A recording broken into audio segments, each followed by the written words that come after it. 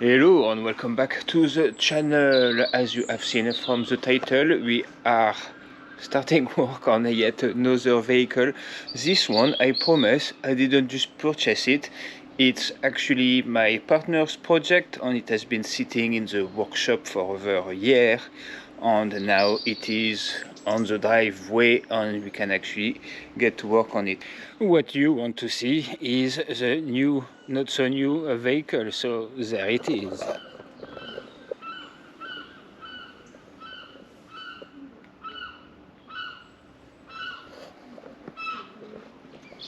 So this is a Toyota Lucida 1994, I believe, imported from Japan. As you can see what generation and what era it comes from just by its style. One door on this side, no door at the back. Seagull is having some comments as well, making fun of its look. And on this side, two doors. So basically, we've only got sliding door on one side. It's mega dirty. I'm going to give it a wash. It's dirty on the outside from sitting in the workshop, and dirty on the inside because that window and the sunroof were actually open, so the dust made it from the inside. Not that it was clean to start with, because it comes from Japan. Right-hand drive, perfect for here.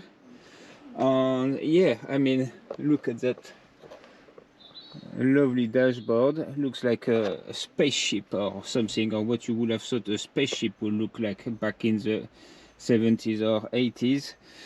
No stereo, got little glove box with our Estima manual in Japanese. What's nice with those is basically, if you look underneath, all those seats are on Admiral system, you know, so essentially you can turn those seats to point towards the front. They all move, so it's, you basically can turn it into a bed. And as you can see, it's got all the equipment. We've got curtains all around. We'll obviously upgrade those. The battery is dead at the minute, but all the light on sunroof works. And as you can see, we've got one massive sunroof here, and then you've got another one here. So being from Japan, this is an automatic, and this is an automatic with basically the gear shift up here. As you can see, we've got electric control everywhere, all of which works. So I don't know if you can tell, but it's basically got 211,000 kilometers on the clock. I'll put on the screen how much miles that is, but basically tons. So yeah, 8-seater, another bench here, and yeah, all of those go flat, that goes flat, and then you've got massive bed at the rear, massive doors. I mean, stock wind deflector, but pretty cool. At the back, obviously, the little mirror, so it's easy to park. Quite a big fat ass. It's a luxury. Bit bashed here and there.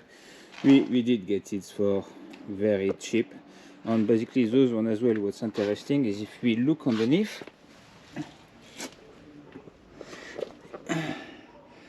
what do we see here? Oh, we see a little turbo. So essentially, as you can see, the engine is here. And if you open the engine bay,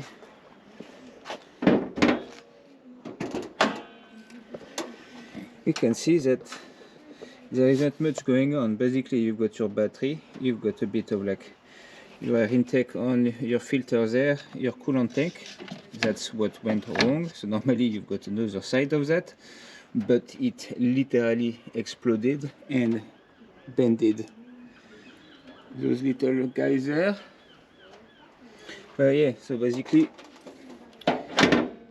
look at this. That is really bad shape. I don't know what happened. It kind of nearly looked like it was melted away or something like that. So if we go near scratches, I mean the whole body, we won't keep it that color anyway. And then we just look underneath here. And look, this is where our engine is. And I don't know if you can tell, but this is actually the head. On the engine, basically, it's, you know, some engines are like that, with the top is my head. Sometimes they're a bit inclined, they might be a bit on a V. This one, it's basically like nearly 90 degrees. So I reckon they've done that to essentially keep the height low and being able to, you know, maximize the space in the cabin.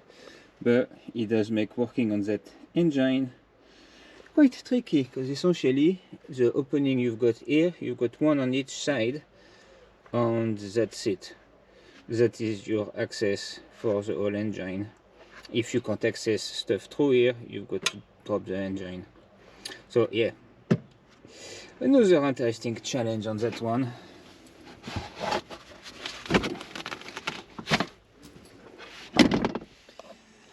And kind of like something you'll expect on a hot rod, you know what I mean, the design of the wheels.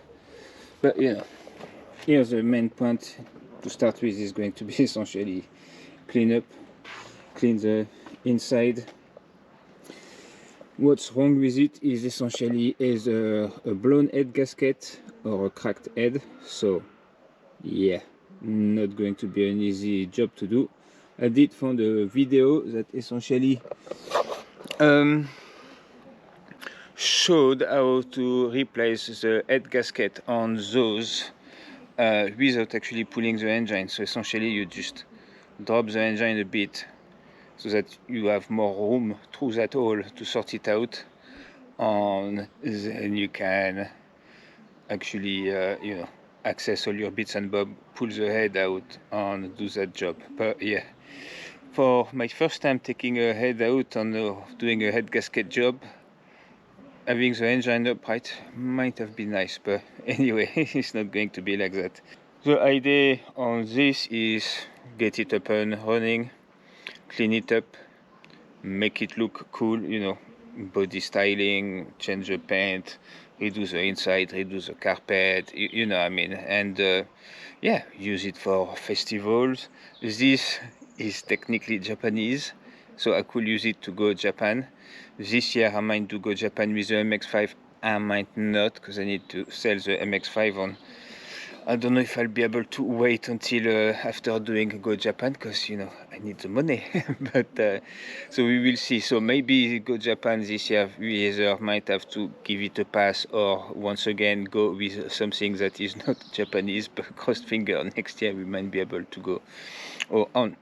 By the way, although we will get rid of our GDM MX-5, this is GDM, full GDM. It's import, and they still project Jixcra, which I haven't told you guys, but I think that's how I'm going to call the bike power, the GSXR powered Nissan Micra. That will be Japanese as well, but yeah, the GSX are often called Gixxer, the Micra is called Micra, Jixcra.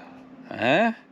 The only one that doesn't have a name yet is this. I need to ask my partner if she's got a name for it. And then the S3. S3 because it's rallycross inspired. I was thinking maybe RX 3S. 3S is S3 flipped, but then you could read it RXS. Ooh.